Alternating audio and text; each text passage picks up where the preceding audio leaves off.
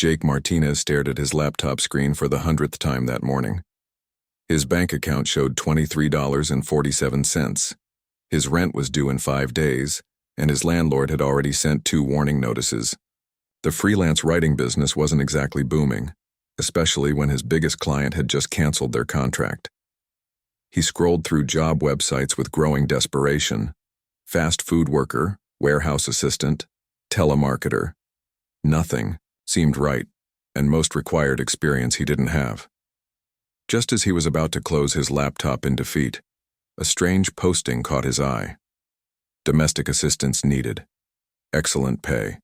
Discretion required. Must be open-minded individual. Contact immediately if interested. The pay mentioned was 3 times what he could make anywhere else. Jake hesitated for a moment. The word discretion made him wonder what kind of work this really was. But his empty refrigerator and the stack of unpaid bills on his desk made the decision for him. He typed a quick response and hit send. His phone rang within 10 minutes. "Hello, this is Jake," he answered, trying to sound professional. "Good afternoon. You responded to my employment posting. Are you available to meet today?" The voice was female, with a strange accent he couldn't place. She spoke very formally, like she was reading from a script. Sure. When and where?" "I will come to you. Please provide your address." Something about giving his address to a stranger felt wrong, but Jake was desperate.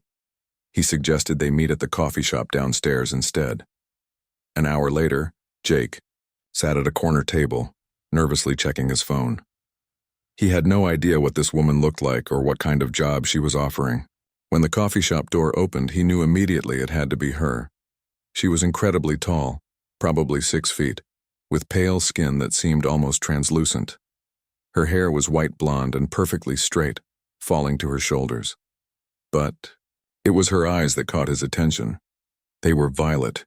Not blue or gray, but actually violet, like something from a fantasy movie. She looked around the coffee shop methodically, scanning each person until her gaze landed on him. She walked over with precise, measured steps. "You are Jake Martinez?" she asked, standing perfectly straight beside his table. "That's me," Jake said, standing up to shake her hand. Her grip was surprisingly strong and her skin felt unusually cool. "I am Zara," she said simply. She didn't offer a last name. They sat down, and Jake studied her more closely. Everything about her seemed perfectly organized. Her clothes were simple but spotless. Her posture was flawless. Even the way she placed her hands on the table looked calculated. "So, what kind of domestic work are you looking for?" Jake asked. "I require employment as a housekeeper. I am very thorough in my work. I do not require traditional payment methods, but the compensation listed in my advertisement is accurate." Jake blinked. "You don't require traditional payment methods? What does that mean?" Zara paused as if choosing her words carefully. "I need only basic accommodation and the monetary amount specified. I do not require health insurance, vacation time, or other typical employment benefits." "Okay," Jake said slowly. "And you're looking for live-in work?" "Yes, I am from a very remote region and do not have local housing arrangements." Her way of speaking was so formal it almost sounded robotic. But Jake needed the help, and honestly, the idea of having someone to split rent with was appealing. "Can you tell me about your experience?" he asked. Zara reached into a small bag and pulled out what looked like a tablet. Though Jake had never seen one quite like it, the screen seemed to shimmer slightly. "I have extensive experience in organization, cleaning, and maintenance of living spaces. I am very efficient." She showed him the screen, which displayed what looked like before and after photos of incredibly messy rooms transformed into pristine spaces. The work was impressive, almost impossibly perfect. "Wow," Jake said. "These look amazing. How long have you been doing this kind of work?" "Many years," Zara replied, though she looked like she couldn't be older than 25. Jake made a decision that surprised even him. "Would you like to see the apartment? I mean, if you're interested in the job." For the first time, Zara's perfect composure cracked slightly. She looked almost relieved. "Yes, I would be very interested." They walked upstairs to Jake's apartment. and he immediately regretted the invitation. The place was a disaster. Clothes everywhere, dishes in the sink, papers scattered across every surface. His desk area looked like a tornado had hit it. "I'm sorry about the mess," Jake said, embarrassed. "I've been really busy with work and haven't had time to—" But Zara wasn't listening. She was walking through the apartment with that same methodical scan she'd done in the coffee shop. She stopped in front of his bookshelf, tilted her head, and made a small humming sound. "Your organizational system is based on emotional attachment rather than logical categorization," she observed. Jake looked at his books, which were indeed arranged in a completely random way that only made sense to him.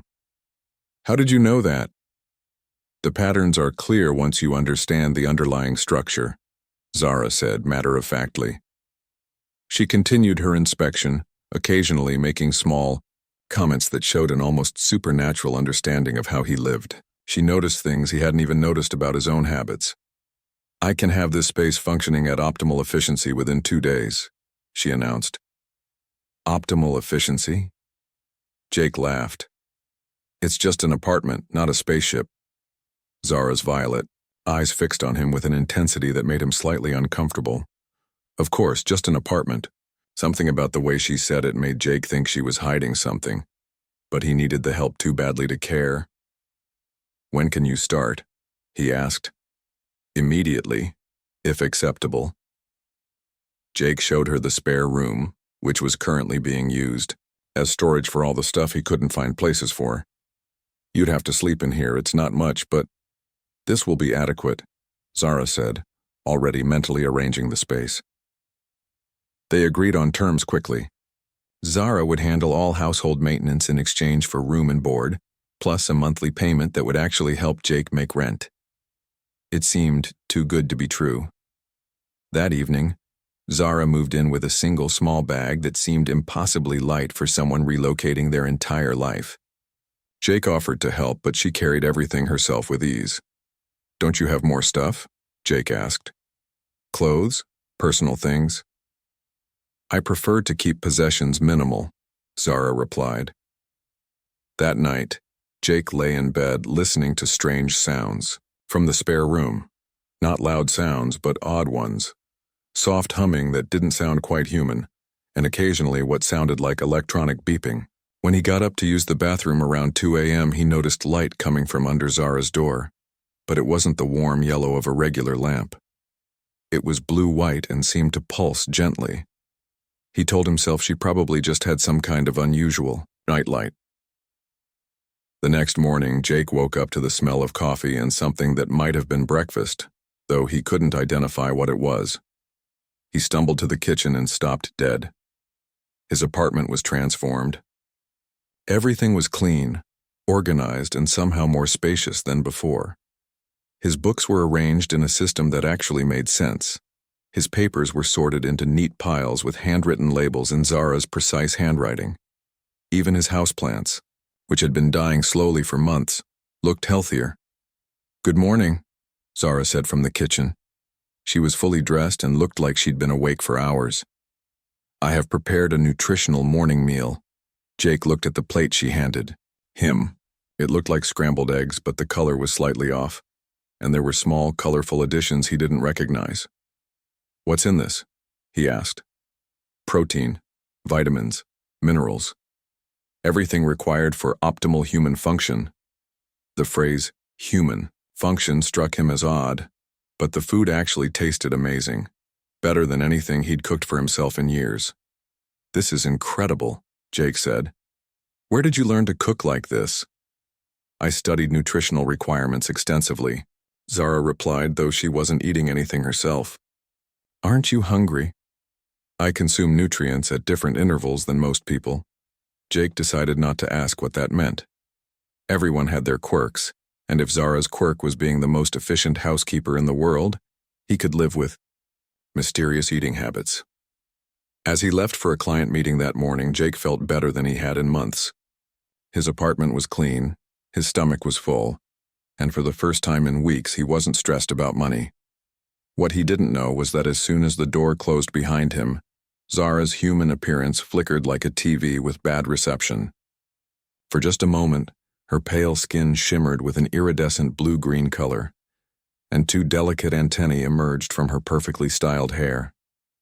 She looked around the apartment with satisfaction, but her violet eyes held a sadness that hadn't been there when Jake was present.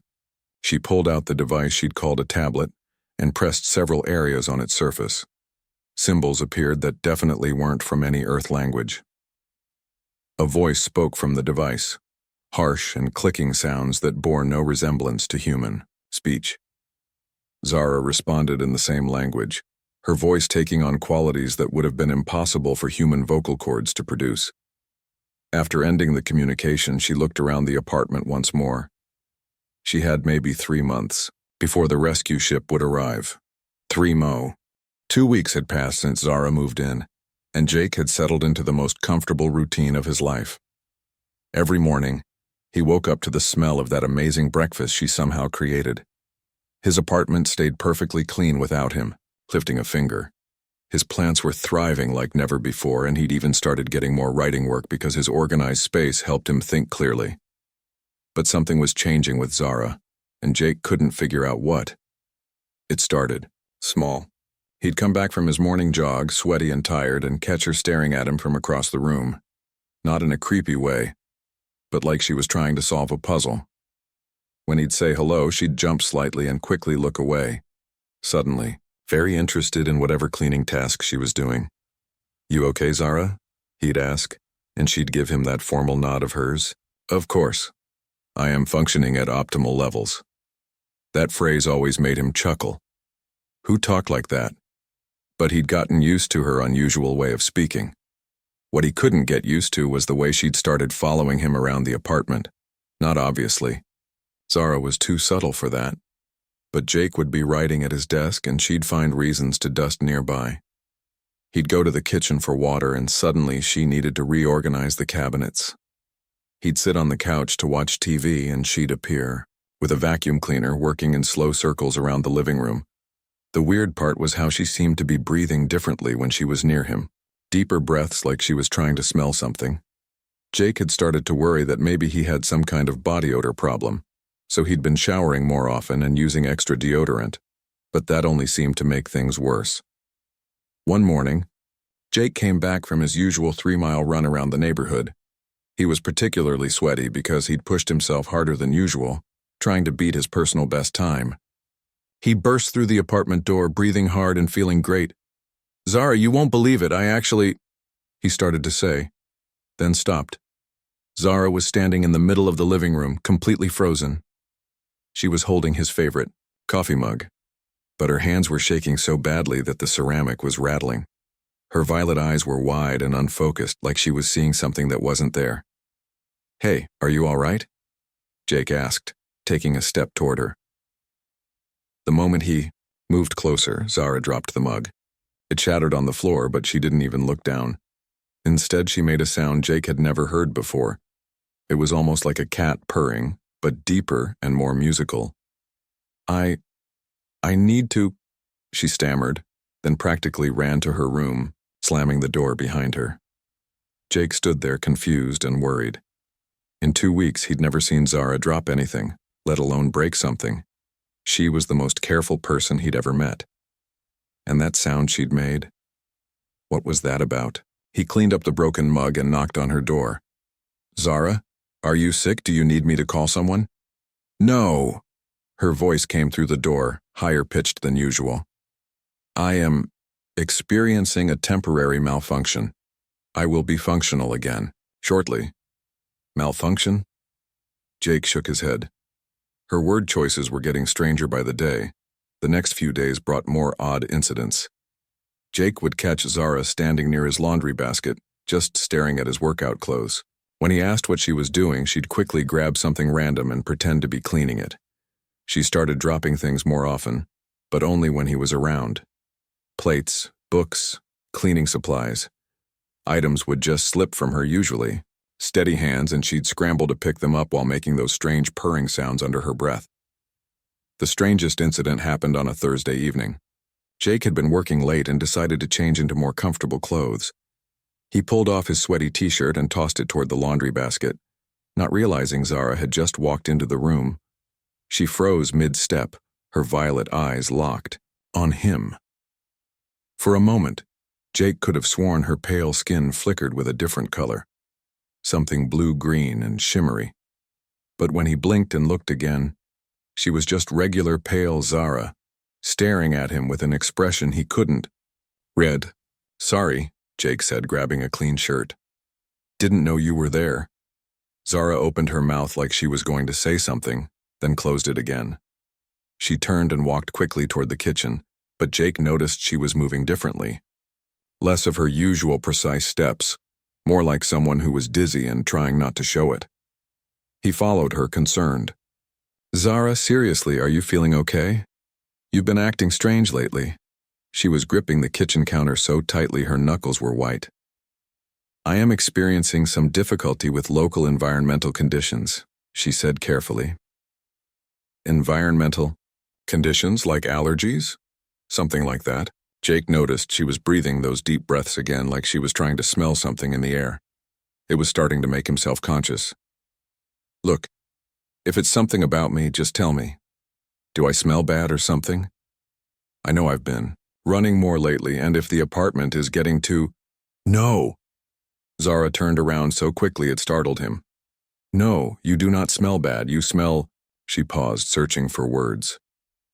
"You smell like something I should not enjoy as much as I do." Jake blinked. What does that mean? Zara's perfect composure cracked completely. "I do not know how to explain it in terms you would understand. Where I come from, the way you smell it would be considered," she struggled with the words, "dangerously appealing. Dangerously appealing." Jake couldn't help but smile. "That's either the weirdest compliment I've ever gotten, or you're telling me I smell like a chemical hazard." For the first time since he'd known her, Zara almost smiled back. "Not a chemical hazard, more like a substance that causes uncontrollable reactions." Jake was quiet for a moment, trying to process this. "So when you follow me around and drop things, I am trying to maintain proper distance while simultaneously being unable to resist being near you," Zara admitted, looking embarrassed. "It is very unprofessional of me." Jake felt a strange flutter in his chest. He'd been attracted to Zara since the day she arrived, but he'd assumed someone like her would never be interested in a broke writer who lived on takeout and energy drinks. The idea that she was struggling with feelings for him too was both exciting and confusing. "Where exactly did you say you were from again?" he asked gently. Zara's expression became guarded. "A very remote region. The cultural differences are significant." "Significant how?" She was quiet for a long moment, clearly debating how much to tell him. "In my culture, when someone has such a strong reaction to another person's natural scent, it indicates a compatibility that is considered problematic." "Problematic?" "My people believe in very strict social boundaries. Personal relationships are arranged for optimal genetic and social outcomes. Random attraction based on biological chemistry is seen as primitive and dangerous." Jake felt a pang of hurt. "Primitive?" Zara immediately looked distressed. "I did not mean to insult you. You are not primitive. You are actually quite extraordinary. That is the problem." "I'm extraordinary, but that's a problem?" "Yes, because you make me feel things that go against everything I was taught. You make me want to abandon my responsibilities and my plans for the future. You make me want to be someone I was never supposed to be." Jake stepped closer to her, noting how her breathing quickened when he did. "What if being someone you were never supposed to be is actually being who you really are?" Zara looked up at him with those incredible violet eyes, and Jake could see a war happening behind them. Want versus duty, freedom versus security, the unknown versus the familiar. "I cannot," she whispered. "You do not understand what you are asking." "Then help me understand." For a moment Jake thought she was going to tell him everything. Her lips parted, and he could see her gathering courage. But then her expression closed off again and she stepped back. "I need to contact my family," she said formally. "They are expecting regular updates on my situation. She left the kitchen, and Jake heard her bedroom door close. A few minutes later, he heard those strange electronic sounds again, and what sounded like her talking in a language that definitely wasn't from any Earth region he knew about. Jake sat at his kitchen table, staring at the space where she'd been standing. Everything about Zara was becoming more mysterious, not less. Her formal way of speaking, her unusual eating habits, her incredible cleaning abilities, and now this intense reaction to his scent that she described like it was some kind of dangerous drug. What kind of remote region had cultural rules about scent compatibility? And why did she always talk about human behaviors like she was studying them from the outside? Jake was a writer. He made his living by noticing details and putting pieces together. And all the pieces of Zara were starting to form a picture that seemed impossible. But impossible things happened sometimes, and if his growing suspicions were right, his life was about to become a lot more complicated than just figuring out how to pay rent. In her room, Zara was reporting to her superiors in her native language, trying to explain why her mission was becoming compromised. But how could she tell them that this human's biochemistry was triggering responses in her that weren't supposed to exist? How could she admit that she was falling for a member of what her people considered a primitive species? Jake couldn't concentrate on his writing. For 3 days straight, he'd been staring at his laptop screen, typing and deleting the same paragraph over and over. His mind kept wandering to Zara and all the strange things he'd noticed about her. The way she never seemed to sleep. He'd gotten up at 2 a.m., 4 a.m., even 6 a.m., and there was always that soft blue light coming from under her door. When he asked about it, she said she was recharging her energy levels. Who talked like that? Then there were his plants. Jake had always been terrible with plants. He'd killed every green thing he'd ever owned. But since Zara arrived, his dying houseplants had not only recovered, they were growing like something out of a science fiction movie. His small fern had tripled in size. The half-dead succulent on his windowsill was now bright green and sprouting new shoots. When he mentioned it to Zara, she'd said something about optimal care techniques and changed the subject. And those sounds from her room at night. Electronic beeping, soft humming that didn't sound quite human, and sometimes what sounded like a conversation in a language he'd never heard before.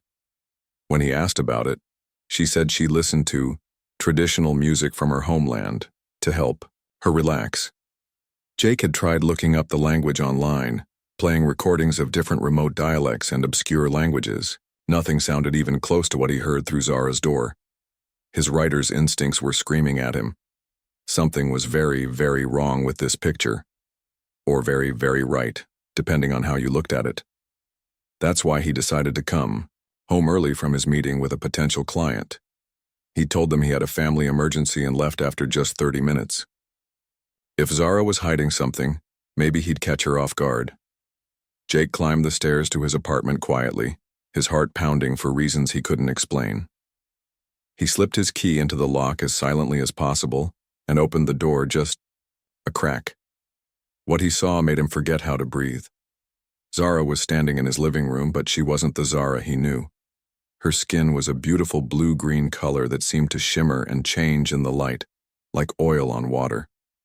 2 delicate antennae rose from her head where her hair should be, twitching and moving as she worked. She was holding something that definitely wasn't from Earth.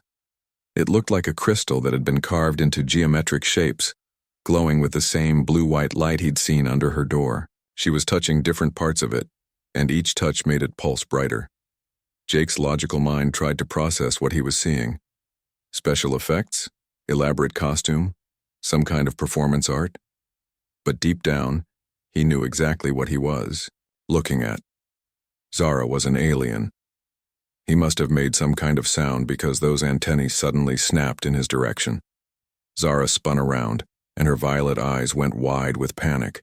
For a split second, he saw her true face clearly. She was still beautiful, but in a completely otherworldly way. Then, like watching a TV channel change, her appearance flickered and shifted back to the pale, human-looking woman he'd been living with for weeks. They stared at each other in complete silence. Jake's mouth was hanging open. Zara looked like she wanted to disappear into the floor. "I can explain," she said finally, her voice smaller than he'd ever heard it. You're...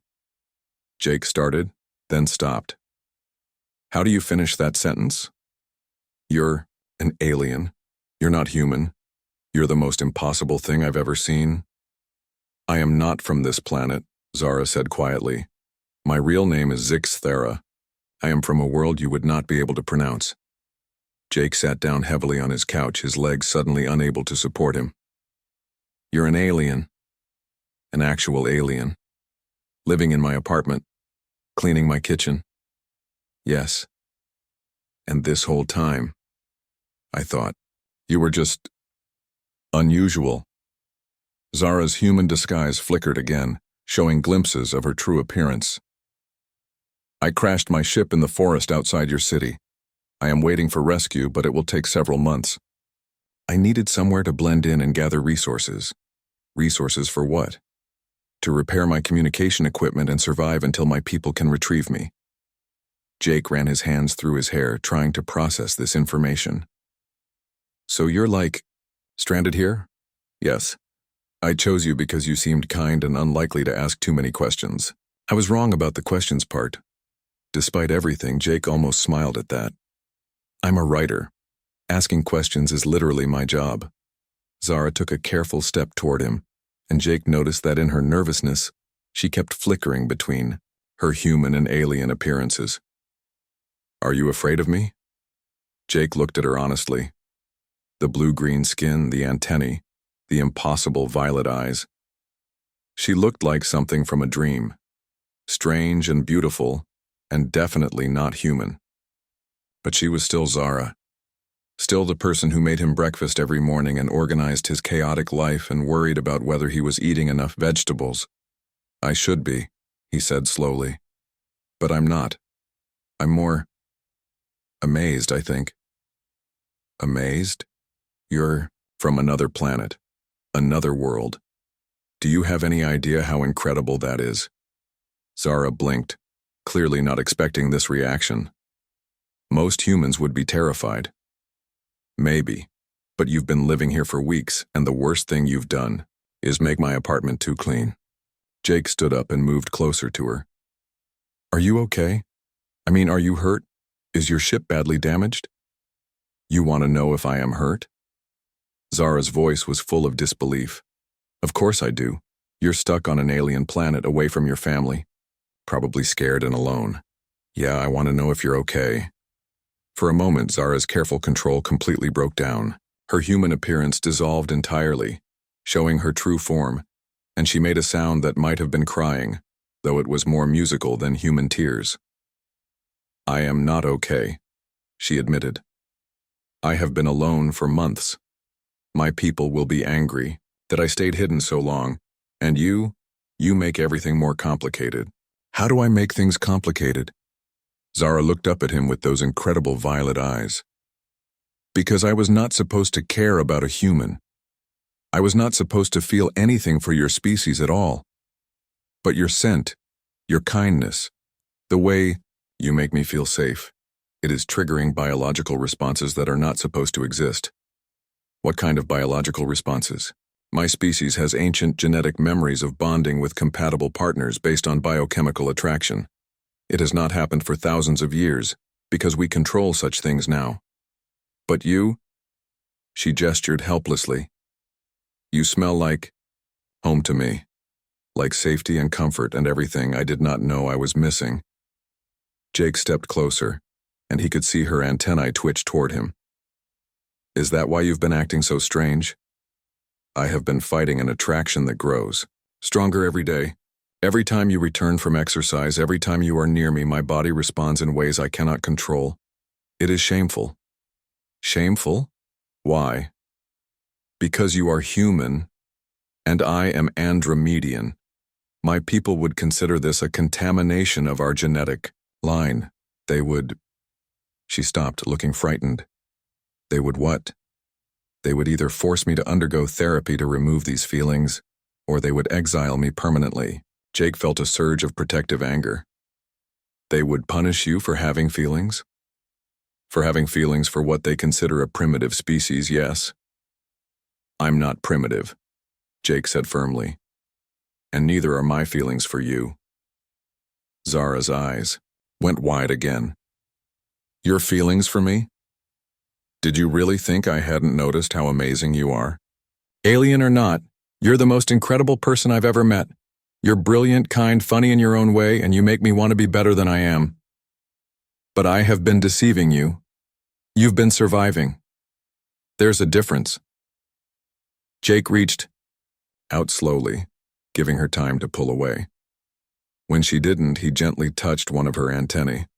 It was warm and incredibly soft, and it twitched at his touch in a way that made Zara make that purring sound again. This is really you, he said softly. This is really me. You're beautiful. Zara's blue-green skin seemed to shimmer brighter. You cannot mean that.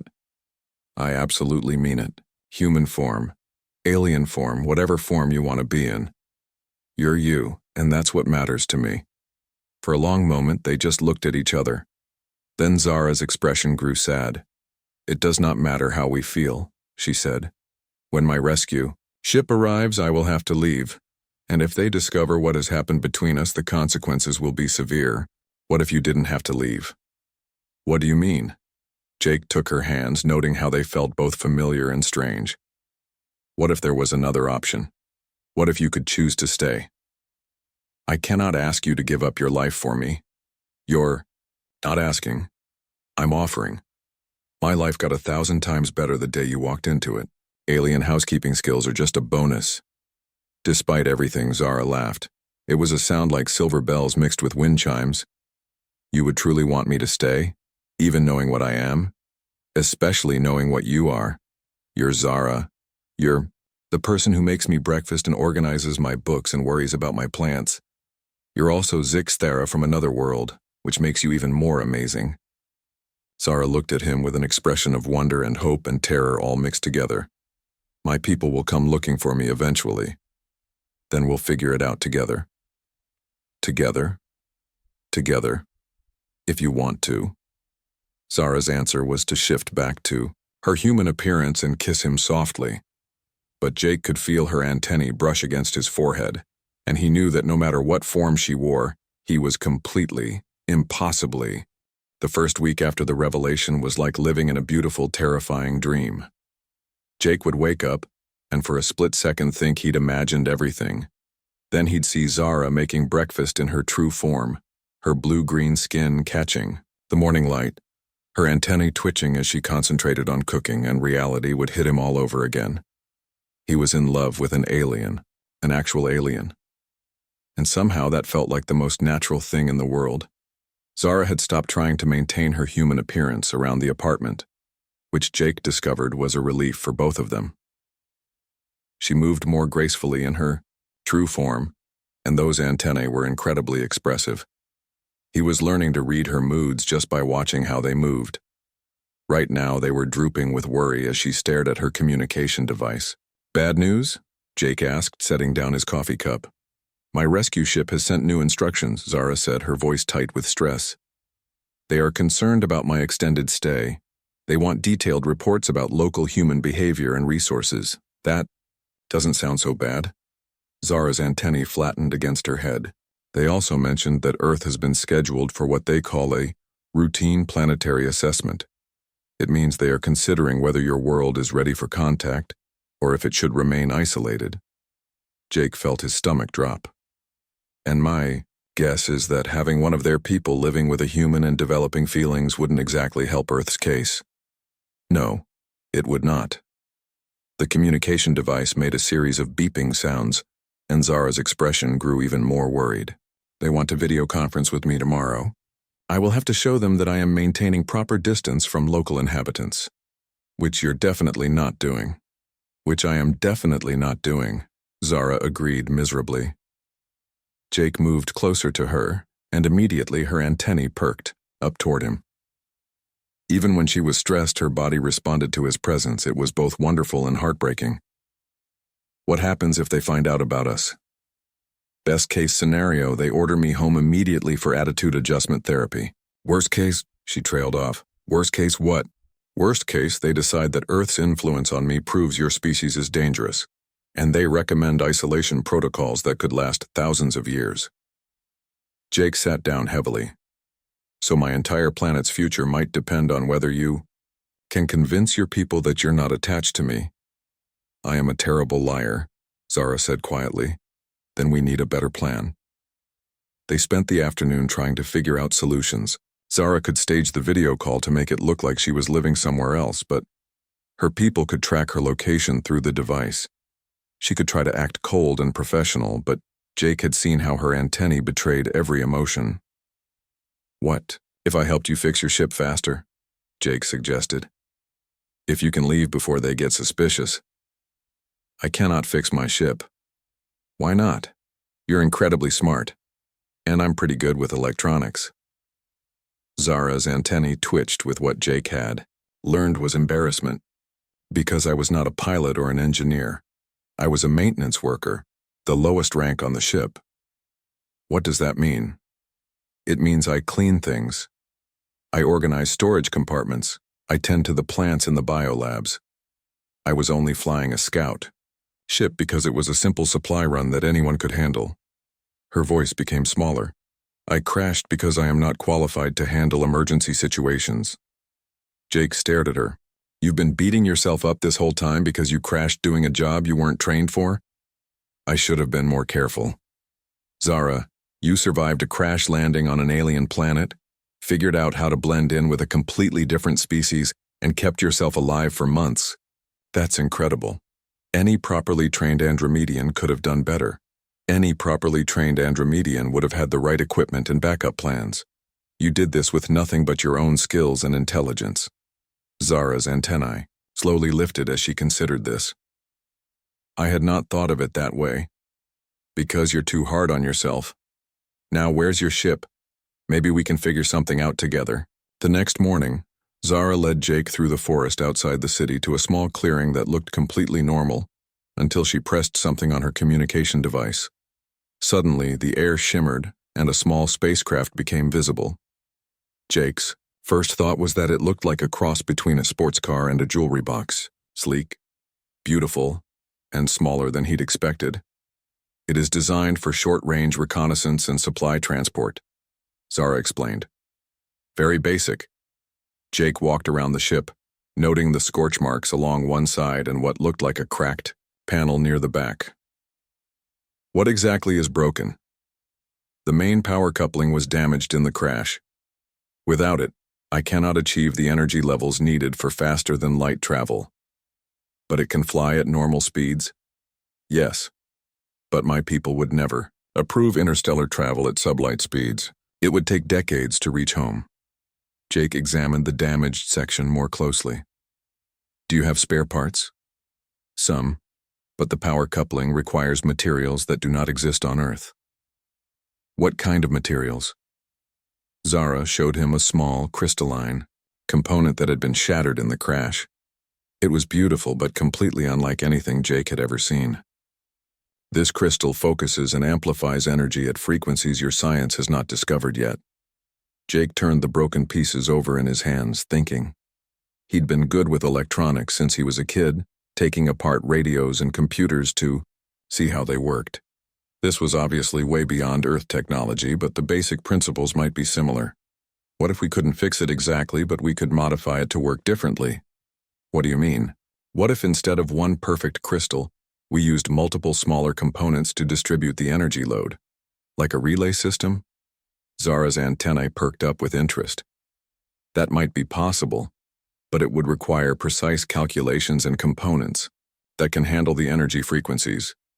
Leave the calculations to you and the jury rigging to me. I may not understand alien technology, but I understand the basic idea of making things work when you don't have the right parts. They spent the next several hours working on the ship.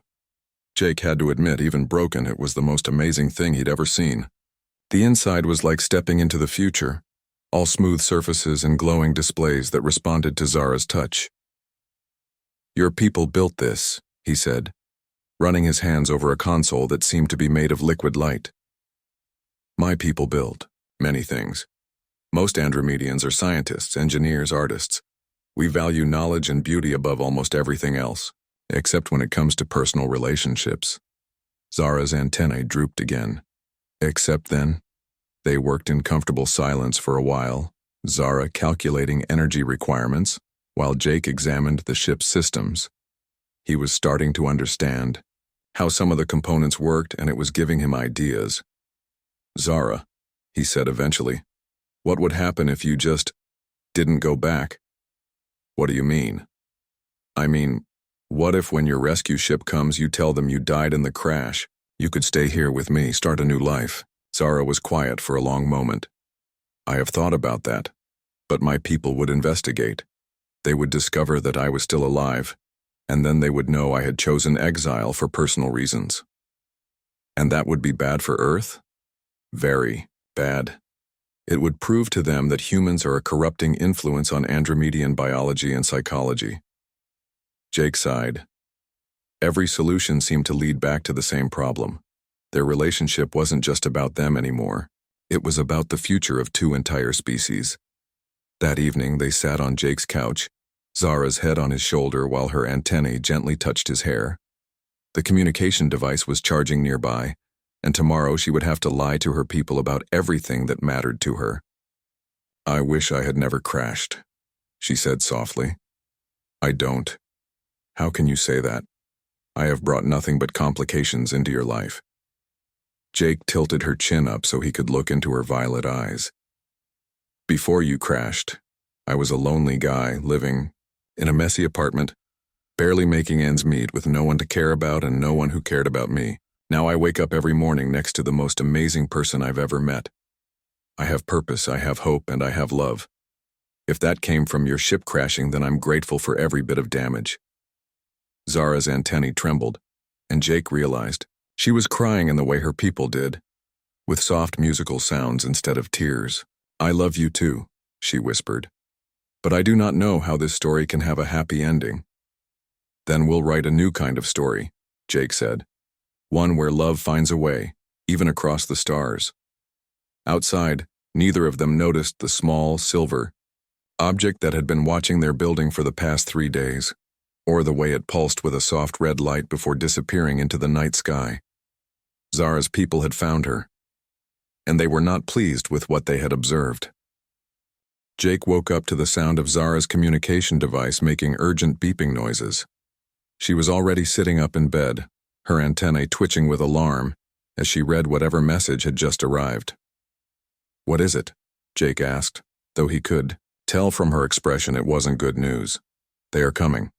Today. The rescue ship will be here in 6 hours." Jake felt his heart sink. They'd known this day would come, but somehow 6 hours felt both like forever and not nearly enough time. "Did they say anything about us?" Zara's antennae drooped. "They said they have been monitoring my behavior and are concerned about my extended integration with local life forms. They want me to prepare for immediate departure and full psychological evaluation." "Psychological evaluation?" "To determine if my mind has been compromised by exposure to human influence." Jake got out of bed and started pacing.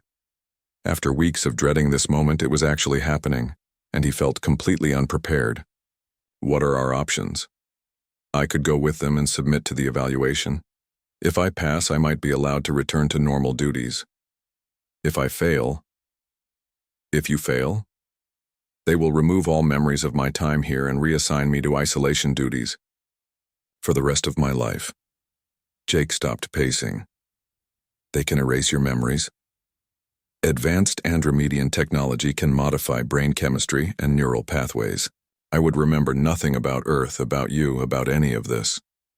The thought of Zara forgetting him, forgetting everything they'd shared, made Jake feel physically sick. "What's the other option?" "I could refuse to go. But that would prove to them that humans are a corrupting influence. They would mark Earth as a dangerous planet and recommend complete isolation. No contact, no future relationships between our species, nothing. For how long? Possibly forever." Jake sat down heavily on the bed. "So either you lose all memory of us, or I doom my entire planet to cosmic loneliness." "Yes." They sat in silence, For a few minutes, both trying to process the impossible situation. Then Jake's communication device started ringing. His phone, not Zara's alien technology. Jake Martinez? The voice on the other end was crisp and professional. Yes? This is Dr. Chen from the SETI Institute. We've detected unusual energy signatures in your area, and we're wondering if you've noticed anything unusual lately. Jake looked at Zara, whose eyes had gone wide. Like what kind of unusual? Electromagnetic frequencies that don't match any known Earth technology. We've traced the strongest signals to your building. Jake made a quick decision.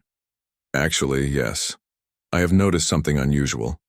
Can you meet me somewhere private? I think you're going to want to see this. An hour later, Jake and Zara were sitting in a small conference room at the local university with Dr. Chen and two other scientists.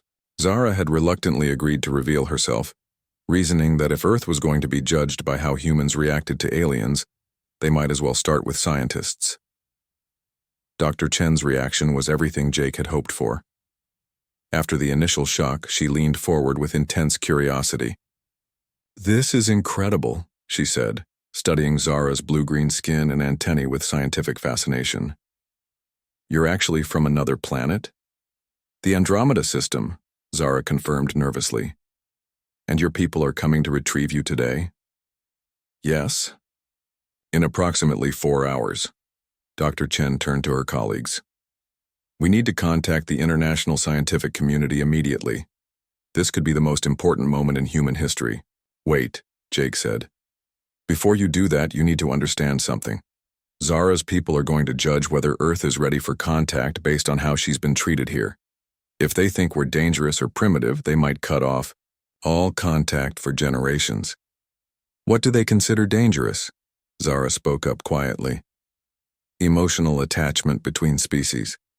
My people believe that interspecies relationships are biologically and socially hazardous." Dr. Chen looked between Jake and Zara, clearly picking up on the undercurrent of emotion between them.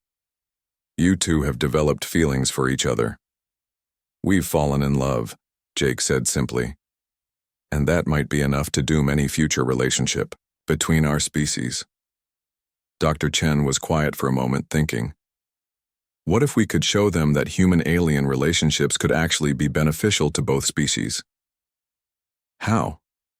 Well, from what you've told me, Zara has learned a great deal about human culture and behavior during her time here. And you, Jake, have gained knowledge about Andromedian technology and biology. That's exactly the kind of cultural exchange that advanced civilizations should want to encourage. Zara's antennae perked up with interest. "You think interspecies relationships could be seen as educational rather than corrupting? I think love is one of the most powerful forces for understanding and cooperation in the universe. If your people are as advanced as you say, surely they understand that." Jake felt a spark of hope for the first time all day. "What are you suggesting?" "I'm suggesting we present your relationship as a case study in successful first contact. You've lived together peacefully for months. You've learned from each other. You've worked together to solve problems. That's not corruption. That's evolution."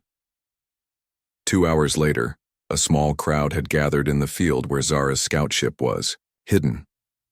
Dr. Chen had contacted colleagues around the world, and several government representatives had arrived by helicopter.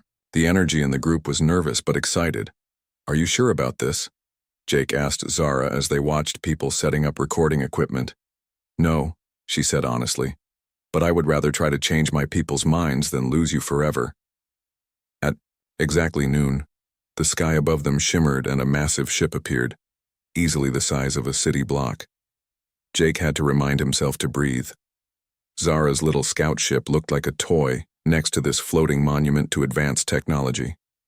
Beam of light descended from the larger ship, and 3 figures materialized in the field. They looked similar to Zara but taller and more imposing, with elaborate clothing that seemed to be made of woven light. The leader, whose antennae were adorned with small crystals, approached Zara and spoke in the clicking musical language Jake had heard through her bedroom door. Zara responded in the same language but then switched to English. "I am choosing to speak in the local language so that my friends can understand our conversation." The leader's antennae flattened with displeasure. Friends? You have formed emotional attachments to these primitives? Dr. Chen stepped forward. With respect, we prefer to think of ourselves as a developing civilization with great potential for growth and cooperation. The Andromedian leader looked at her with surprise. You understand the situation? We understand that Zara has been living among us and learning about our culture while we learned about hers. We believe this represents exactly the kind of peaceful first contact that both our species should celebrate. Jake moved to stand beside Zara, taking her hand. We've fallen in love. I know that violates your cultural norms, but it's taught both of us that understanding between species is not only possible, it's beautiful. The leader studied their joined hands with an expression Jake couldn't read. And what has this relationship taught you about each other's species? Zara spoke up. I learned that humans are not primitive. They are creative, compassionate, and capable of accepting differences with open hearts. Jake helped me repair my ship, supported me when I was afraid, and showed me that love can exist without ownership or control. Jake squeezed her hand. Zara taught me that intelligence and kindness can take forms I never imagined. She showed me that taking care of each other and our environment isn't just nice, it's essential. She made me want to be better than I was. The Andromedian leader was quiet for a long moment. Then she turned to Dr. Chen. And what does your species think of this relationship? We think it represents hope, Dr. Chen said. Hope that the universe is big enough for all kinds of love, and that different species can learn from each other instead of fearing each other. More humans had joined the conversation, sharing their thoughts and asking questions about Andromedian culture. Jake watched as Zara's people slowly relaxed, their formal postures becoming more natural as they realized the humans were curious rather than threatening. After an hour of discussion, the leader pulled Zara aside for a private conversation. Jake couldn't understand the words, but he could see Zara's antennae moving from nervous to hopeful to excited. When they returned, the leader addressed the group. We have made a decision. This relationship will serve as a pilot program for interspecies cultural exchange. Zara will remain on Earth as our first official ambassador, and we will begin regular diplomatic contact between our worlds. Jake felt like his heart might explode with relief and joy. Really? Really, Zara said, her antennae practically dancing with happiness. They've decided that love which promotes understanding and cooperation is an asset, not a liability. Dr. Chen clapped her hands together. This is going to change everything. As the Andromedian ship departed, leaving behind equipment for ongoing communication, Jake and Zara stood in the field holding hands. The crowd of humans and the few Andromedians who had stayed behind were already making plans for cultural exchanges and scientific collaboration. So what happens now? Jake asked. Now I get to stay with you and help our species learn about each other. I get to keep cleaning your apartment, making you breakfast, and listening.